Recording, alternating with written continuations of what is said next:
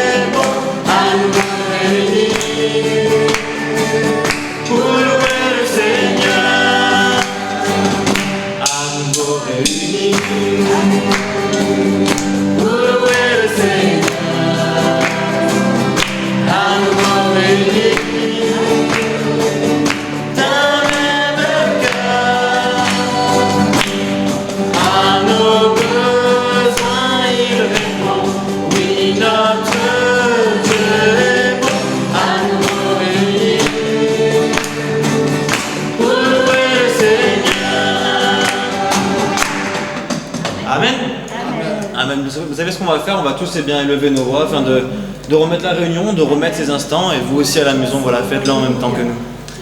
Alléluia, Père éternel, merci pour ta grâce, merci pour ces moments que nous allons passer en ta présence, mon roi. Merci pour tout ce que tu as fait, merci pour l'action et l'œuvre de ton esprit, mon roi. Vraiment, je prie exactement ce moment que nous soyons pour toi, Père, pour te louer, pour te bénir, pour t'adorer, pour te dire encore à quel point nous sommes reconnaissants pour tout ce que tu as accompli et pour tout ce que tu as à faire. Sois exalté. Alléluia.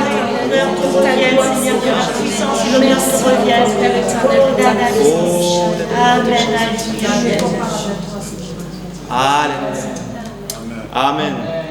Est-ce que vous savez qu'on a un Dieu qui est grand et que personne n'est plus grand que notre Dieu?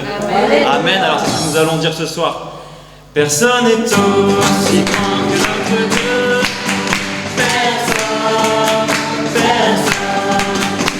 n'est aussi grand que notre Dieu.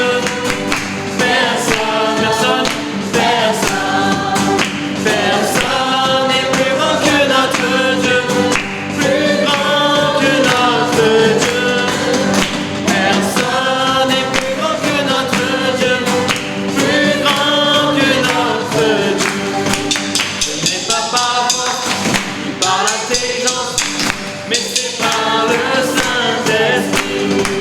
Ce n'est pas par force ni par l'intelligence, mais c'est par le Saint-Esprit que les montagnes seront déplacées. Que les montagnes seront déplacées. Que les montagnes seront déplacées par la puissance du Saint-Esprit. Personne n'est aussi grand que notre Dieu, crois-le.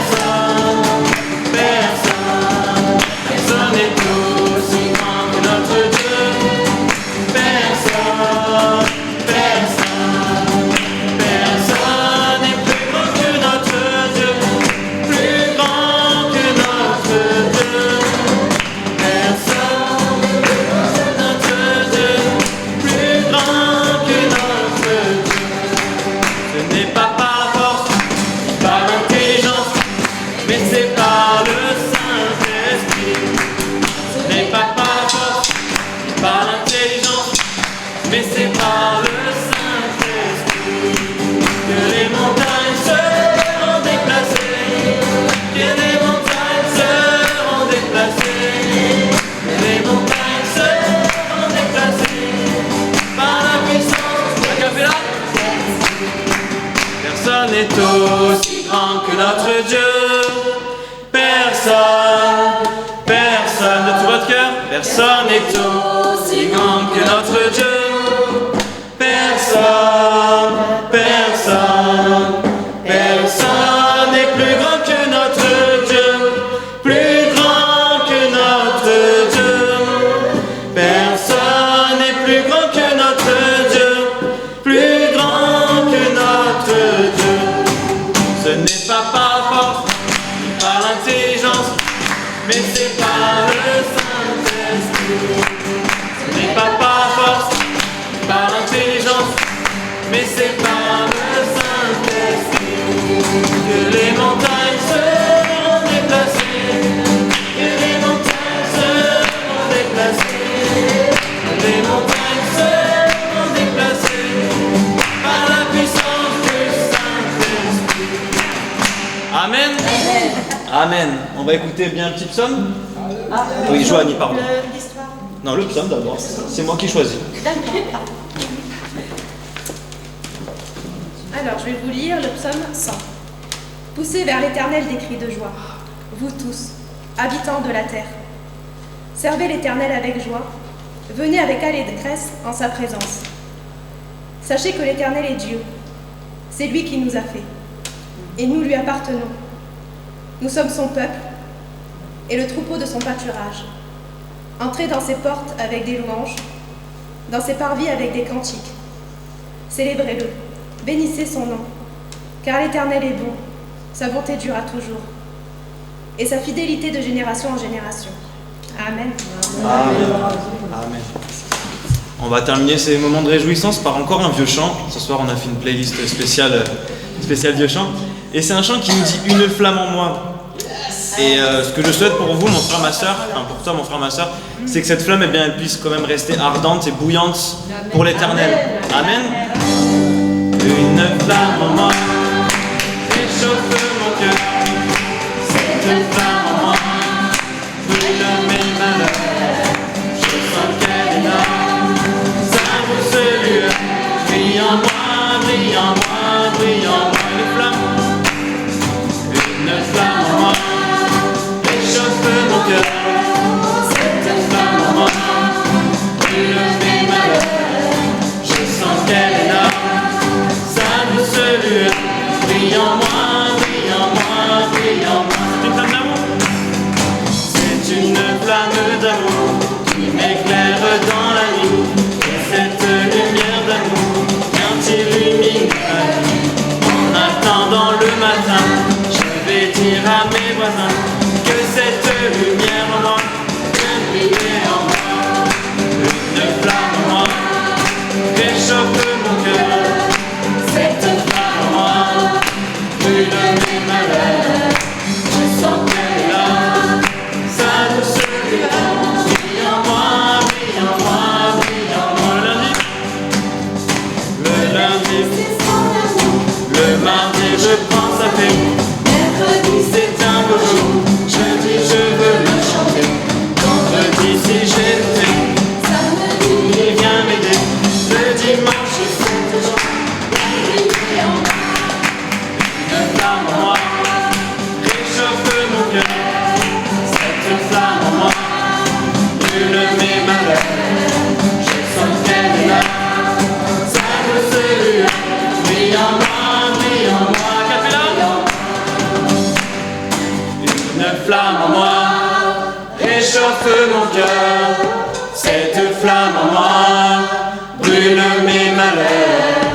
Je sens qu'elle est là. Sa douce lueur brille en moi, brille en moi, brille en moi. Brille en moi, brille en moi, brille en moi, oh, brille en moi, brille en moi, brille en moi, brille en moi, oh. On va dire brille en toi, brille en toi, brille en toi, brille en toi, oh, brille en toi. Brille en toi, brille en toi, brille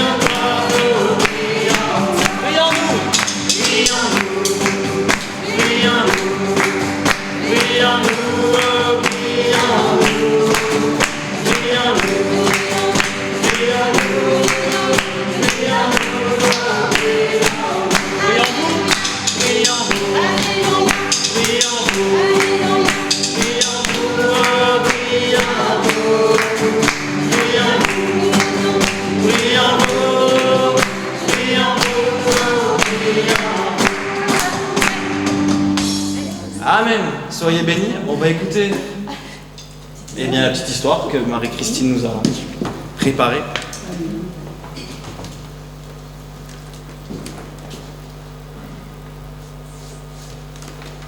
La langue est un poison mortel. Un chrétien âgé visitait un jeune homme qui était en prison.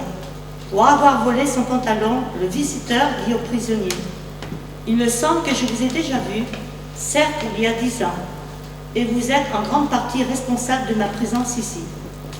Comment? N'est-ce pas possible? Je ne me souviens pas de vous voir fait le moindre mal.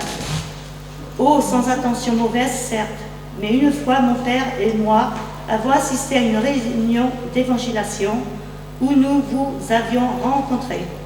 Or, le message m'avait fort impressionné. J'étais sous une profonde conviction de péché. J'étais bien résolu à aller dès le lendemain trouver l'évangéliste et lui ouvrir mon cœur. Mais je vous ai entendu ridiculiser le prédicateur, vous moquer de sa prononciation et de ses fautes de français. Et alors, mes bonnes résolutions me quittèrent. Je n'allais point voir un évangéliste, je ne voulus même pas retourner à l'entendre. Depuis ce jour, je n'ai plus jamais pensé à mon salut. J'ai suivi de mauvaises compagnies qui m'ont amené ici. Si quelqu'un croit être religieux sans tenir sa langue en bride, mais en trompant son cœur, la religion de cet homme est vaine. Jacques 1, 26. La langue est pleine d'un venin mortel. Par elle, nous bénissons le Seigneur, notre Père, et par elle, nous maudissons les hommes, faits à l'image de Dieu. De la même bouche sortent la bénédiction et la malédiction. Mais Jacques ajoute: il ne faut pas, mes frères, qu'il en soit ainsi. Amen. Amen. Alléluia. On va rentrer dans ce moment d'adoration et chanter ce chant qui nous dit « Je n'ai que toi ». Et dans les paroles, on nous dit que Dieu, c'est le soutien de notre cœur, et c'est vrai en fait. Quand on a besoin, quand on est fatigué par ce que nous vivons, bien, le seul qui peut consoler notre cœur, c'est lui. Alors si tel est le cas pour toi, bien, place toute chose entre ses mains et tu verras qu'il t'apportera bien, la consolation pour ton cœur. Amen. Je n'ai que toi dans le ciel. Je ne désire rien d'autre que toi sur la terre. Si je suis seul, ou même si je tombe, tu es le soutien de mon cœur. Alléluia, Dieu, tu es le soutien de mon cœur. Mon héritage et mon plus grand bien. Oh oui, Dieu, tu es le soutien de mon cœur. Près de toi, je me sens bien. Allez, redire, je n'ai que toi. Je n'ai que toi dans le ciel. Je ne désire rien d'autre que toi sur la terre.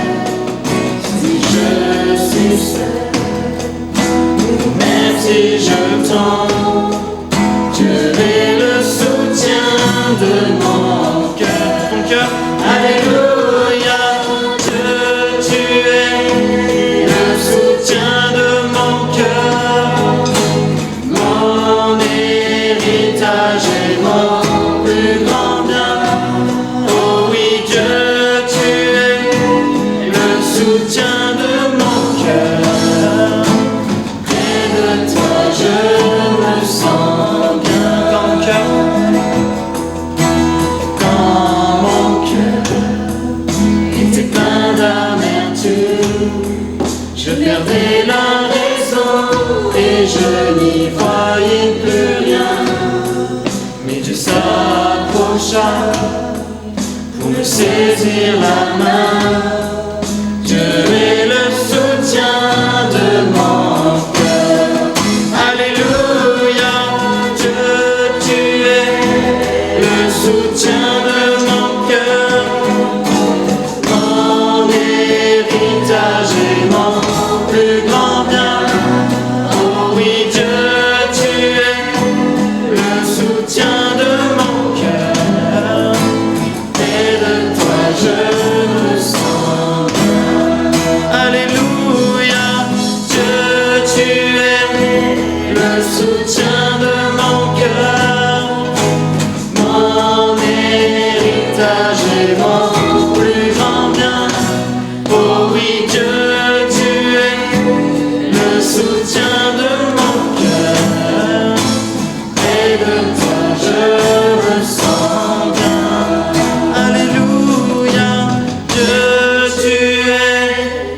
le soutien de mon cœur, mon héritage et mon plus grand bien.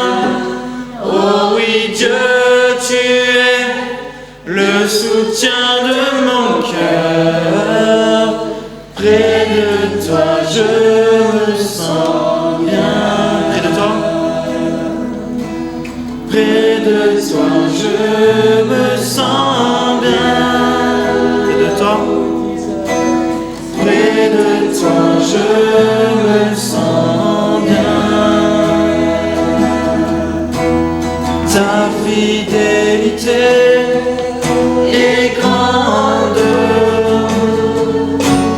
Ta fidélité est incomparable. Nul n'est comme toi, ô Seigneur. Grande est ta fidélité. On va le reprendre comme un tout murmure.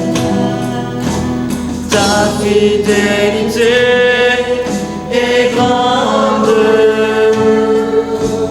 Ta fidélité est incomparable. Nul n'est comme toi, ô Seigneur. Grande est ta fidélité de tout ton cœur. Ta fidélité est grande. Réalise-le encore ce soir. Ta fidélité est incomparable. Nul n'est comme toi, ô Seigneur. Grande est ta fidélité de tout ton cœur. Ta fidélité est grande. Ta fidélité est incomparable. Nul n'est comme toi, ô Seigneur. Grande est ta fidélité. On va le dire en esprit.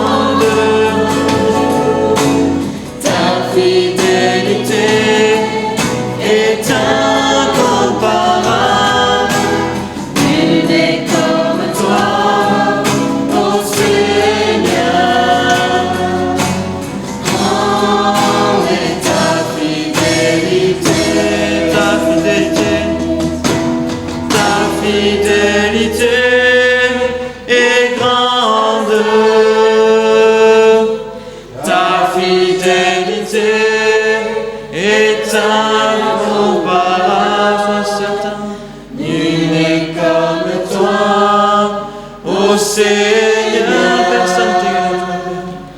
Grande est ta fidélité.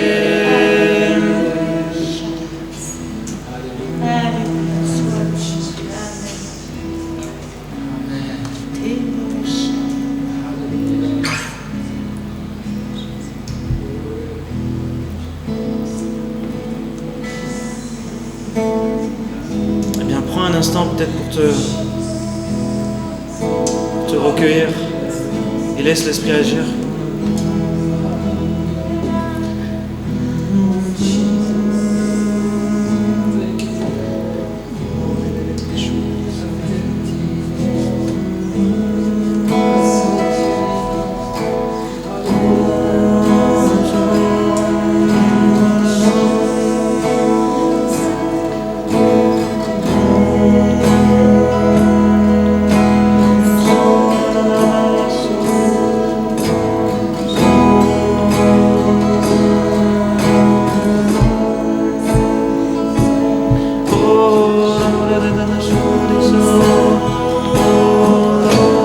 Ne te retiens pas. Ouvre ton cœur ce soir.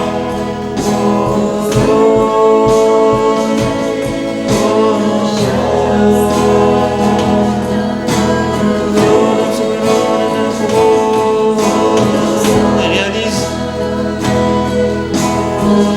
qu'il n'y a personne au-dessus de ton Dieu.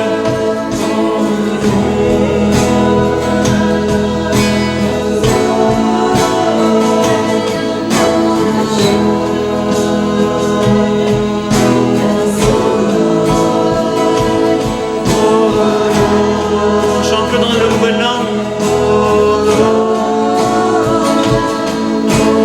Laisse l'esprit agir dans ton cœur.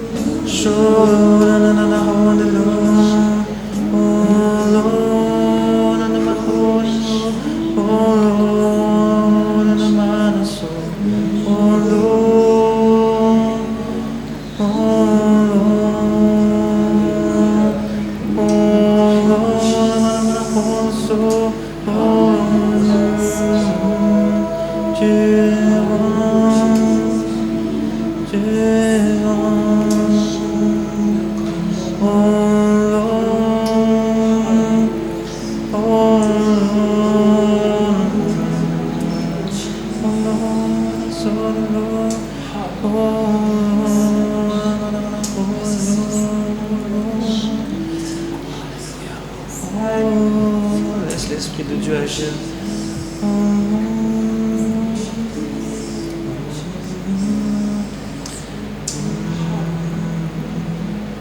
Bien, pendant que Marie-Paul continue à jouer ces deux accords à la guitare, je vais tout simplement vous inviter à faire le vide.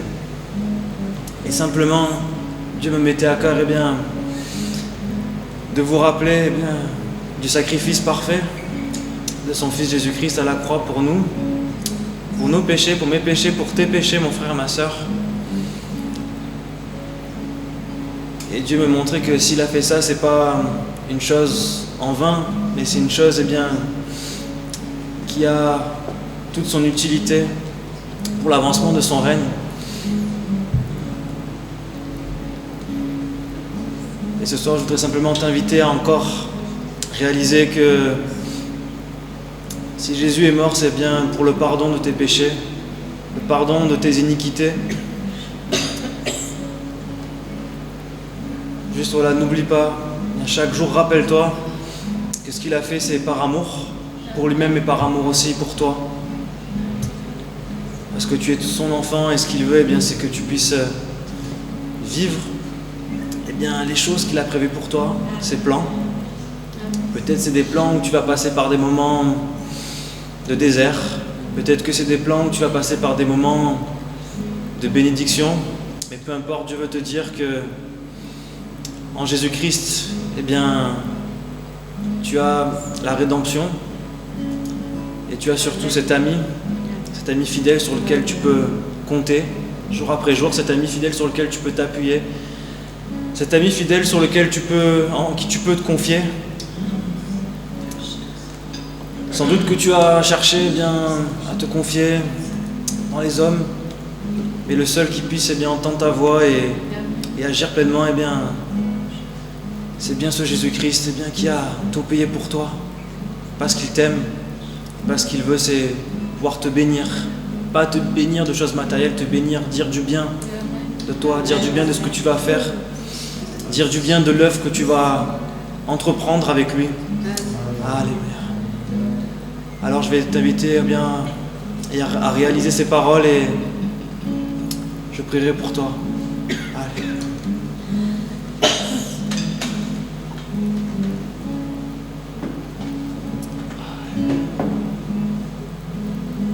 Si tu ne l'as pas encore fait, dépose tout, eh bien, pied de la croix. Mais ne dépose pas par habitude, dépose en croyant que ce que tu as déposé, eh bien, tu ne vas plus jamais le reporter sur tes épaules, sur ton dos.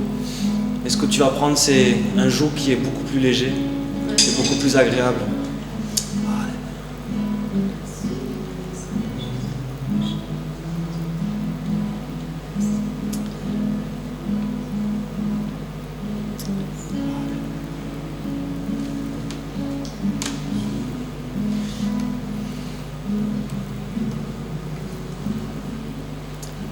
Alléluia, Père éternel, je veux d'abord te remercier parce que tu es ce Dieu d'amour, ce Dieu qui n'est pas un Dieu oublieux, tu es un Dieu qui aime ses enfants d'un amour parfait, d'un amour incommensurable, d'un amour qu'on ne peut pas mesurer. Père, pour cela, eh bien, je veux te dire merci. Merci pour mes frères et sœurs, merci pour cet amour qui nous unit, qui nous rassemble les uns les autres. Peu importe d'où on vient, peu importe nos origines, peu importe eh bien, notre couleur de peau, peu importe notre âge. Père, je veux te remercier pour tous ces frères qui ont réalisé encore eh bien, que Jésus est la clé, que Jésus est la voie et que Amen. Ce sacrifice, il faut s'en rappeler jour après jour. Il ne faut pas être un peuple oublieux, Amen. Mais il faut se rappeler, Père. Alors vraiment, je veux te prier pour mon frère, ma soeur qui a reçu ces paroles dans leur cœur, qui ont reçu ces paroles dans leur cœur.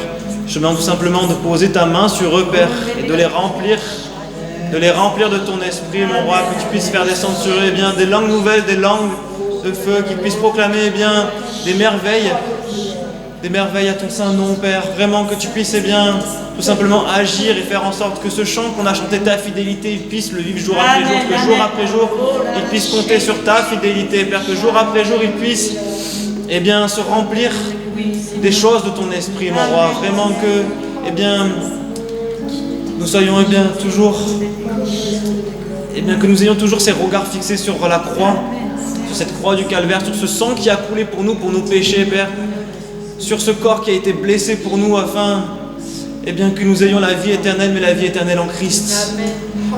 Alléluia, Père, c'est vrai, nous n'avons que faire eh bien, des richesses de ce monde. La seule richesse que nous avons, elle est en toi, Père. Amen, amen. Vraiment que ces paroles eh bien, puissent avoir effet dans le cœur de mon frère, de ma soeur qui regarde à ce moment même, et que tu puisses encore toucher, Père, que tu puisses eh bien, relever celui qui est à terre, relever celui qui est dans le besoin, Père, que vraiment tu puisses entendre les cris, Père, de tes enfants, Alléluia, et que tu puisses n'oublier personne, Père. Sois encore béni, sois encore exalté, mon roi, pour ces moments, et que ton nom, celui de ton Fils Jésus-Christ, soit encore honoré et exalté. Amen. Amen. C'est ce qu'on va lui dire.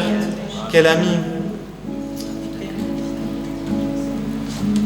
Quel ami fidèle et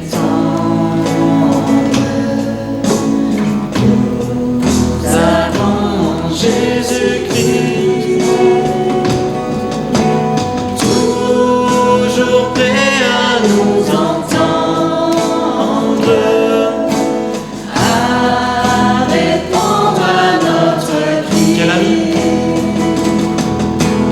Quel ami fidèle et tendre, nous avons Jésus-Christ, toujours prêt à nous entendre, à répondre à notre cri. Disons-lui.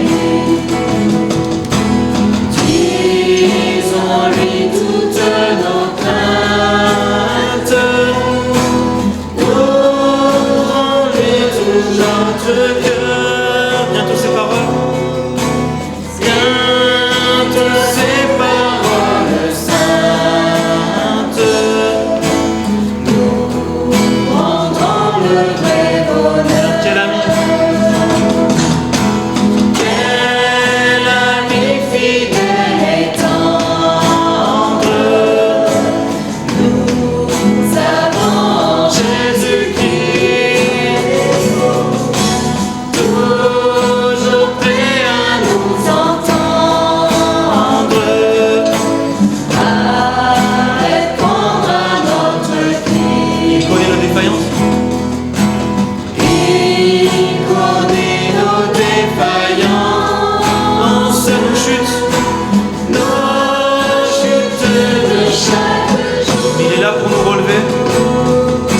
Sévérant ses exigences,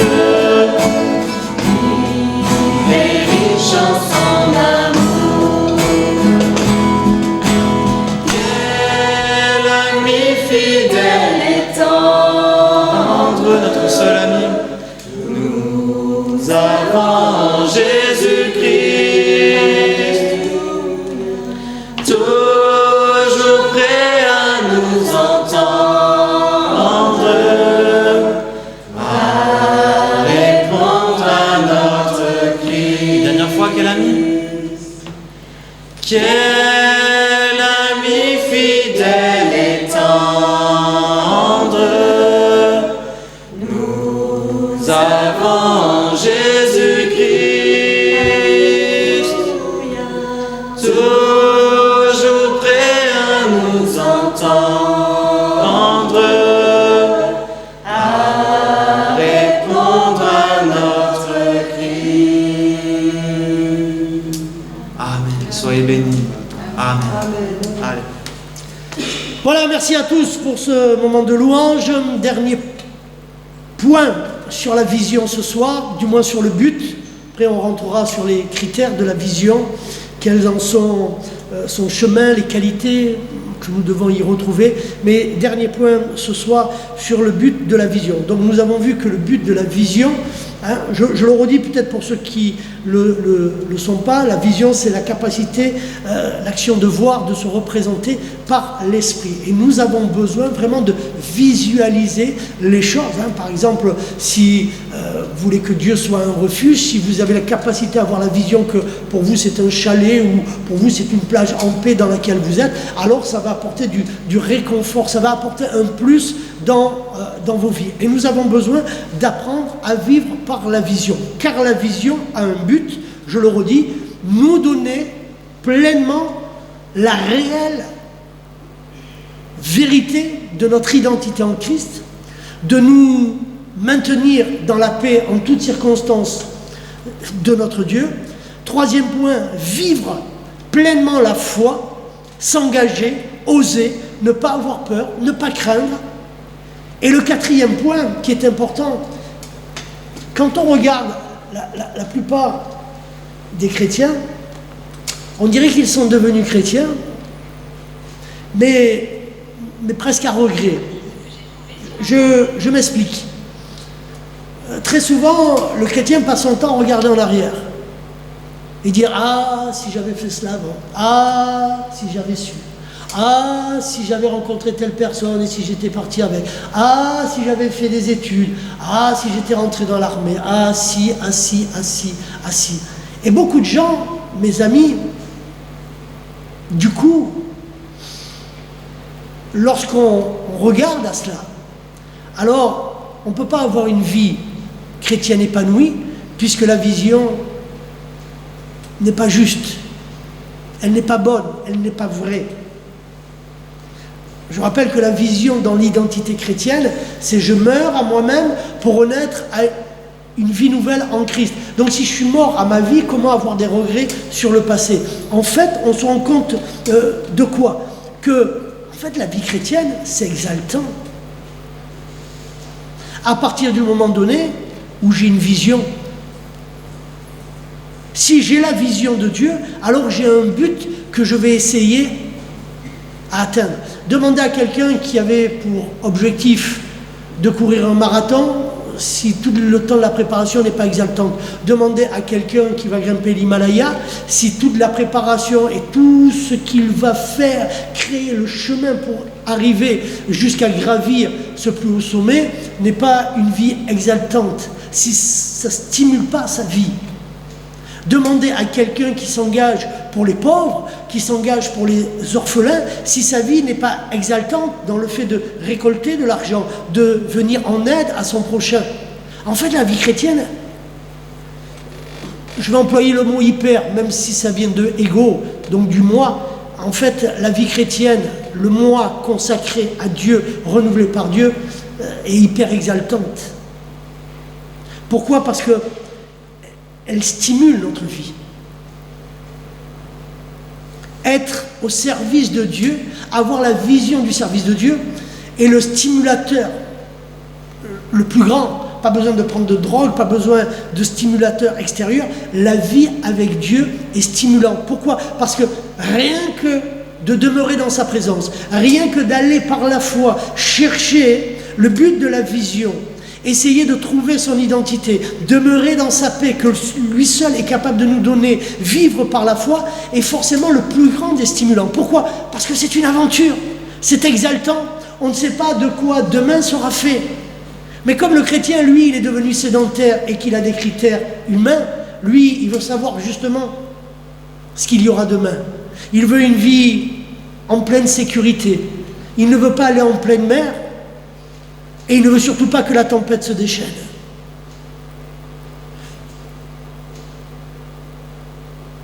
Si vous vous levez tous les jours dans votre vie, toujours devant le même calme, mangez toujours le même plat, voir toujours la même image, ça va finir dans votre esprit. Ça va finir non pas par de la stimulation, mais par de l'usure. Une habitude de voir cette même chose qui lasse. Et ça ne peut pas nous renouveler. Et ça ne peut pas te renouveler. Alors que la vie chrétienne, comme nous ne savons pas de quoi demain sera fait, et regardez Jésus, lorsque Jésus prenait un temps avec son Père, là où il avait trouvé son identité, où il revenait à ce qu'il était, pour demeurer dans la paix et vivre une vie de foi, il ne savait pas ce que le lendemain serait. Il ne savait pas où le Père allait l'envoyer. Un jour à Jéricho pour Zachée, un autre revenir à Jérusalem, guérir un homme, être chassé, chasser les vendeurs du temple. Sa vie était exaltante et il avait une vie stimulante parce que, waouh, il faisait plein de choses. En fait, le chrétien passe son temps, parce que sa vision n'est pas juste, à se limiter. Alors j'ai reçu tel appel et je me cantonne à cette chose-là. Mais mes amis, j'ai appris à vivre la louange de cette manière, alors je fais toujours les mêmes prières, je lis toujours la parole. Mais soyons honnêtes, ça ne stimule plus, ça ne renouvelle plus, ça ne fortifie même plus. Alors que la vie chrétienne, elle est stimulante. Pourquoi? Parce qu'un jour, elle nous permet de voir les puissances être vaincues, Elle nous permet de prier pour quelqu'un et de voir une guérison. Elle nous permet d'aller visiter une mamie, de faire du bien autour de nous, de prendre soin des orphelins, de pouvoir chanter à la gloire de Dieu, de pouvoir chanter pour évangéliser. La vie avec Dieu est une vie exaltante à partir du moment donné où nous la vivons par la foi. Si je ne veux et si je ne vis plus qu'un culte formaliste ou légaliste, alors ma vie ne va pas être stimulante, elle va être une routine quotidienne, juste pour satisfaire qui? Pas ma nouvelle identité, mais mon vieux moi, le vieux primaire. Hein, je vous ramène à mon serment, le vieux primaire, qui lui te dit, oh là là, n'en fais pas trop, mais c'est pas des choses nouvelles. Calme-toi, reste. Mais du coup, nous avons du mal à vivre ce passage qui nous dit celui qui se confie en l'Éternel renouvelle sa joie, renouvelle sa paix, renouvelle sa force, renouvelle sa vision, l'amène pour la conclure, pour aller jusqu'au bout de cette vision-là. Donc, être dans la vision, le but de la vision, c'est avoir une vie stimulante. Et écoutez-moi bien, ceux qui ont une vie qui est stimulante, les autres le voient et ça va leur donner envie. Ça donne envie.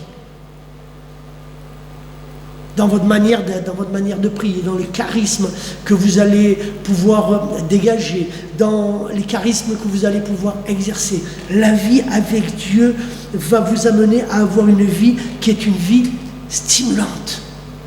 Parce que près de Dieu, il ne peut y avoir que des choses qui sont fortes. Deuxième élément, vous allez avoir une vie qui est attractive. Parce qu'elle est riche. Riche de quoi? Riche des choses d'en haut. Hier, enfin pour vous, je ne sais pas si ça sera hier, mais pour moi qui enregistre ce soir, c'était hier. Hier, nos amis menaient la louange. Et je demande à la fin à Mathieu ce qu'il avait reçu. Pour vous dire juste des petites choses qui paraissent rien. Et Mathieu me dit ce qu'il avait reçu. Et j'avais reçu exactement la même chose que lui. Mais à un moment donné, j'ai vu moi sur le visage de Mathieu combien ça le réconfortait et ça le fortifiait d'avoir la même pensée. Se nourrir des choses d'en haut rend nos vies attractives et nous fait dire « Waouh Seigneur, je suis utile entre tes mains. Waouh Seigneur, tu m'as parlé. Waouh Seigneur, tu m'as utilisé. Seigneur, j'en veux encore plus. Seigneur, j'en veux davantage. » Et plus vous allez en vouloir, plus vous allez diminuer, et plus la place de l'esprit va grandir en chacun d'entre vous. Et plus la place de l'esprit grandit en vous, et plus Dieu va vous utiliser. Donc vous allez avoir une attractivité toujours plus grande. Et plus cette attractivité va grandir, et plus vous allez avoir des gens qui vous aiment, et d'autres qui vont vous détester. Et plus vous aurez à cœur encore de servir Dieu. Et plus Dieu renouvellera votre force. Et plus Dieu renouvellera votre intelligence. Parce que l'attractivité attire l'attraction de Dieu, la présence de Dieu, la vie de Dieu en chacun d'entre nous. Et lorsque nous avons réamorcé ces actes en nous, alors nous sommes dans cette alliance perpétuelle qui nous tire vers le haut et non qui nous tire vers le bas. Et à nouveau, alors nous avons soif de nous nourrir encore plus de Dieu. Nous avons encore plus soif de nourrir de la parole de Dieu. Et plus Dieu nous renouvelle, plus Dieu nous apporte et plus forcément il va faire fructifier et nos dons et nos talents. Et le dernier point, ce que beaucoup voudraient par leur propre caractère arriver à imposer aux autres, c'est la capacité à donner envie. La capacité de donner envie. Souvent, les gens se jalousent les uns les autres. Mais, en fait, ce que nous recevons chacun dans votre propre vision, qui est une vision collective et dans laquelle vous allez trouver votre utilité, l'envie que Dieu met dans votre cœur, qui n'est rien d'autre que la passion. Et la passion venant de Dieu, c'est quoi? Bien, c'est quoi?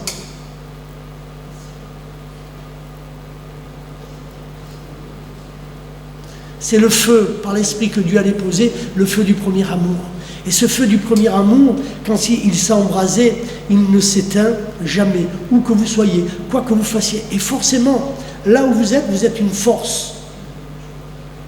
qui va donner envie aux autres de vivre ce que vous vivez, de découvrir. Le chrétien doit redécouvrir que le but de la vision, c'est faire de lui quelqu'un de passionnant. Jésus, il nous est dit, et il nous est parlé de la passion du Christ, a vécu la passion, l'amour à son comble jusqu'à donner sa vie. Mais la passion du Christ, en fait, c'est la passion que ce Fils avait pour le Père. Et de même, la passion que nous devons avoir pour le Fils, pour que le Fils nous mène au Père par l'Esprit, ce feu qu'il a mis en nous, a un but, embraser la vision. Il ne peut pas avoir une capacité à pouvoir atteindre le but de la vision sans passion. Et écoutez-moi, la passion, on doit le voir de la manière dont vous parlez, dont vous vous exprimez, dans les actes que vous allez faire, dans le cœur que vous allez y mettre, même quand c'est dur, même quand c'est difficile, même quand vous êtes au bout de la route, épuisé, que vous lâchez, que vous voulez abandonner, la passion de Dieu sera toujours plus forte que simplement le fait d'occuper une place, d'occuper un rang, d'occuper une fonction. Mes amis, vous êtes appelés ambassadrices et ambassadeurs du Très-Haut. Si ça, c'est pas passionnant, ça, c'est la vision à laquelle nous sommes toutes et tous appelés. Alors deviens cela, et que Dieu te bénisse. Père éternel, je veux te louer. Ramène le cœur de tes enfants auprès du cœur du Père, afin qu'ils réalisent, qu'ils se rappellent, qu'ils se souviennent que nous sommes appelés dans la vision à être des ambassadeurs, donc des représentants de ton royaume.